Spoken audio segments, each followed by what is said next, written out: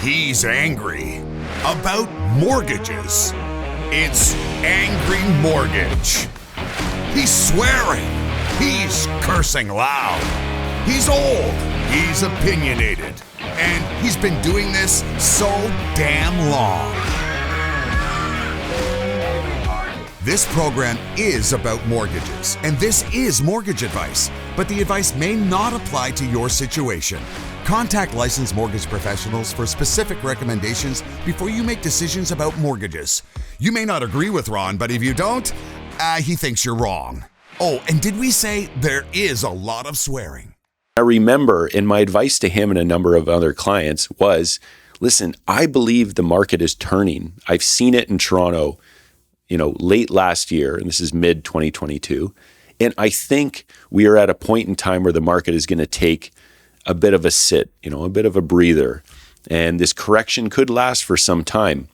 And if you're able to take liquidity in a market that's, going down, you may actually be able to have cash in a distressed market, which is the golden rule for how, many, dynasties have been created. They've bought in these downturns. Ultimately, he decided not to do anything. And his site now, which was at one point worth $19, is probably today worth somewhere around, $7.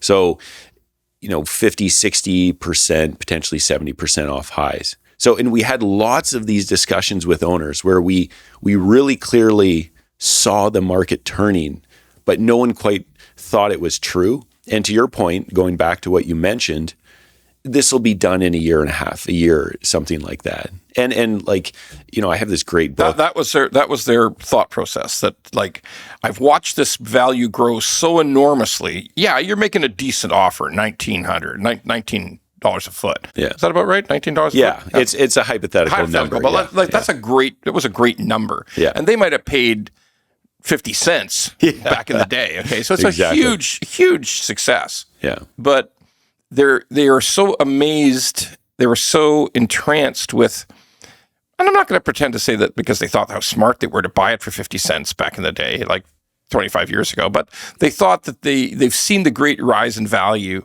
and they became so accustomed to just how much everything went up. Exactly. They just assumed it would keep going. That's just right. Keep going. If every year, Ron, I come to you and your great tie collection, and I say, Ron, this year I'm going to buy your ties for $100. And you say, no, I don't want to. Next year, Ron, I really want to buy your ties for $200. You're like, no, it's not good enough. And the year after, I'm like, fine, $500. I want your ties. You're like, these things are priceless. So that's you're going to come back in another month. It'll be $1,000. Yeah, sure. Exactly. So, it's really not their fault because they were conditioned to think the price is always moving, and they'd never sold anything before. So it was very hard for people to let go of things. That's a big key. They weren't traders. Exactly. They weren't traders. They were sitters. They were holders. Yep. And, and it had done so well, right? Exactly. It's just done so well. So just keep doing well.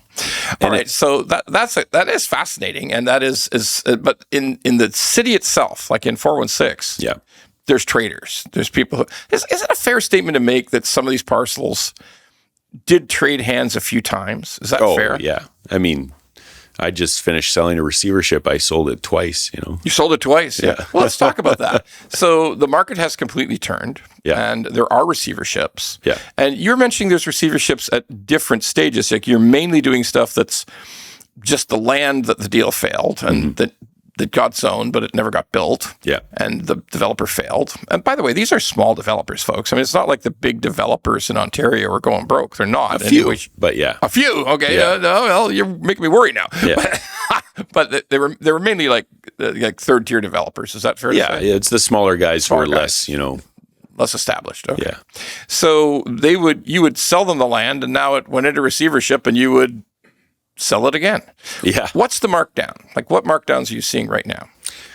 For the most case, you could pretty much say from the highs of value, it's roughly 40 to 60%. 40 to 60% down. Yeah, Okay, in value. In value. There are a few examples of 70%. Whoa! And I'm selling one right now. And wow. It boggles my mind that, certain buyers are still apprehensive, but that's, when you study cycles, you see that most cycles for, very, call it tricky assets like land is the first thing to go. Yep.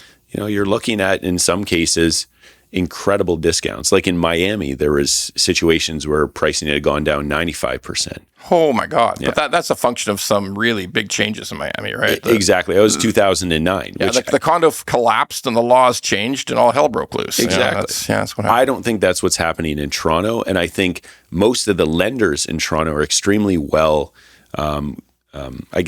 funded in a sense. They're not spending borrowed money. Most of these non-bank lenders are pretty much all cash. It's investors' It's their money. capital, yeah. Exactly. Which capital, better than anyone. Yeah, it's investor And capital. so these lenders are saying, well, wait a second, this is a good piece of land. We are potentially willing to take a small loss or, in some cases, a bit of a larger loss or do structuring on a deal. But in some cases, they're taking over. They're just taking it over. Exactly. And they've gone That's the credit bid. Gone from lender to owner developer. Exactly. Yeah, that's what they're doing. And when you look at large, real estate private equity firms, one of the largest in Canada, of course, they have this fully functioning, vertically integrated, they're a lender, they're a developer, they're an asset manager. They're a property manager, they're an owner, they're a landlord, they're everything. Yeah. Exactly. So they can take it over and they have the ability to work it out. Now, liquidity is becoming a bit of an issue now because if you have too many of those, you're going to get short of cash at a certain point. Yeah. But we're seeing that in the marketplace. If you like the pod, well, don't just sit there. Go to YouTube, Apple, Spotify, and all the other ones and like the pod.